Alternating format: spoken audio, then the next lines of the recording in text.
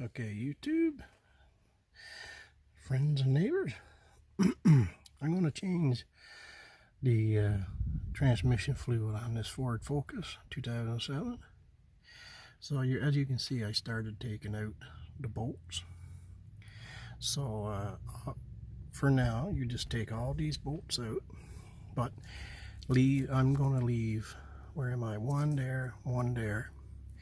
Take them out, have your pan ready, and then pry down the end, and then that way this will stay up, and you can drain it until it's all drained, and then you can take the remainder of the bolts out and bring the pan down. So when I get that done, that's simple enough. When I get that done, I'll be back. So guys, when you get your pan out, there's going to be a magnet. It's a round magnet. Clean that off real good, wrap it up so no filings will be, it is a workshop, so all kinds of grinding and stuff like that. So you wrap it up, clean it real good. I cleaned out this pan. I got to scrape off the old gasket without gouging. Make sure you're very careful.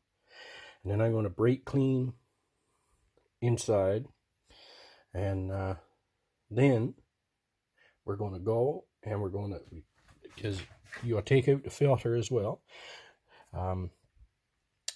It is a little plastic piece that just goes up, and it has a connector to it. So you'll just pull down on the thing, the connector. You don't even have to unhook it. It just goes into there, right there.